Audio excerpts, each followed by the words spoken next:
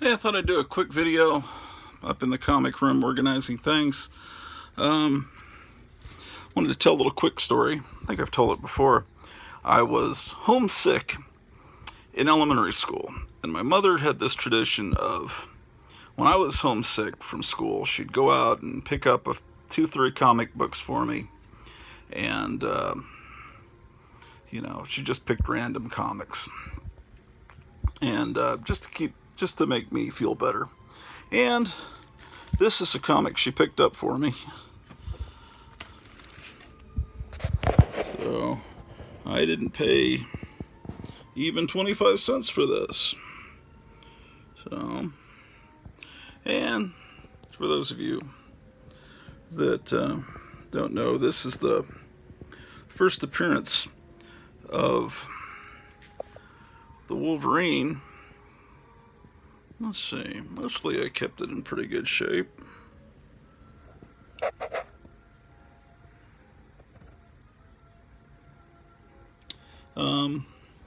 Although issue 181, if I was just sick a month later, it would have been much better, because that's the one that has Wolverine on the cover fighting the Hulk, and that's the one that's worth many thousands, and this one is not worth as much, even though it's technically the first appearance of the Wolverine. He only appears like in the last panel, and so it's really considered a cameo, but it is the first appearance.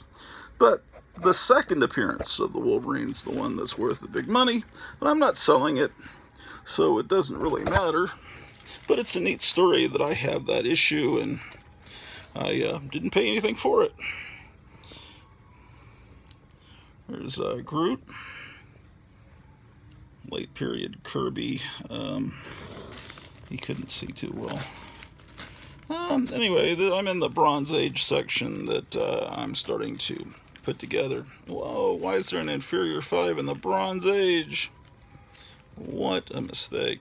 Inferior, these are Silver Age. Oh, the inferior 5. Oh, and that's not a real Captain America comic. This is a replica that came out.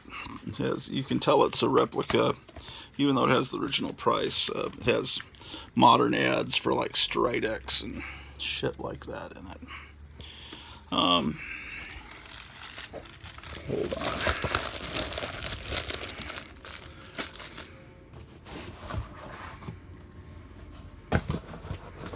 Let me move a few things around. This is just, it's like a Rubik's Cube trying to fix everything in here. And I never could do the Rubik's Cube. Okay. So, Sugar and Spike. I have to tell you, this is a great comic. I think I've mentioned it before.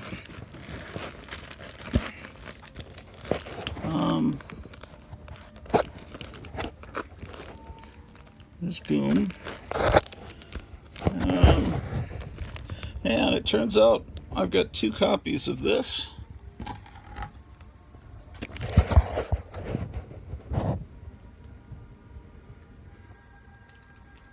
And the significance is that it's the first appearance of the Black Widow. And I just discovered today that I own 2 copies. I knew I bought one from Jason Cohen at this store a few years back, but apparently I already owned it. And it looks like I have 2 copies of 72 as well. And that's a problem. I keep going several decades and forgetting what comics I own, and then going crazy in comic stores and buying the same things over again instead of the issues that I really need. So for that purpose, I'm going to make this quick video. So if I'm ever in a store and need to buy some comics, some Journey into Mystery, I can put this video on my phone and see what I already own. So I already own 98, so this is a note to my future self. I really should be showing these covers a little better. 101. Tell you what, I'll do another video here in a little bit this evening where I'll lay out all the Thor covers where you can actually see them. That's I'm doing it in a half-assed way, and I'm about to go pick up some Mexican food, so I don't want to rush it and make a half-assed video.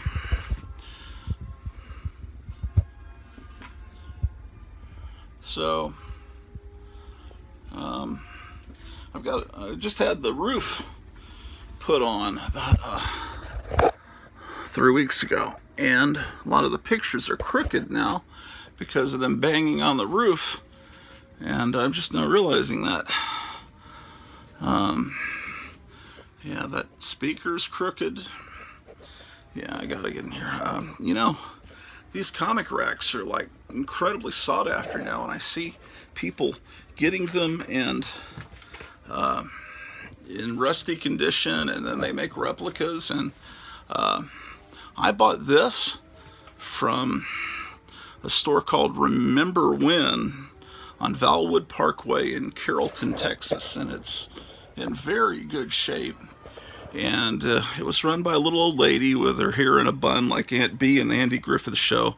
And it was kind of horrible. You'd go in there and she'd be singing the music from Cats. It was a nightmarish experience. And the other problem is they had a tremendous selection of movie posters, old comics, and even old mimeograph fanzines from the 60s.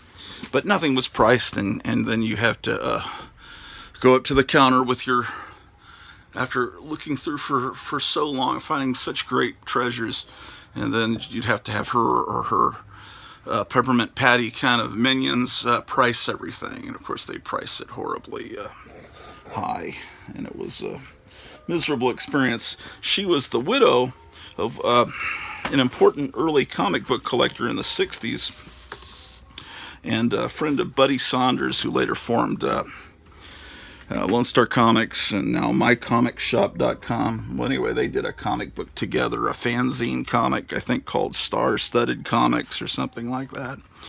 And it was I think his name was Larry Herndon, but he had passed away. I think he had muscular dystrophy and was a little guy in a wheelchair, but he was supposed to be a really nice guy, and he had this great collection, and he passed away, and his widow took over. And it was, I never met him. It was his widow I dealt with, and I don't know. I don't know if she's passed away. And I shouldn't speak bad of the dead. I just don't like stores where they don't have prices. It's horrifying.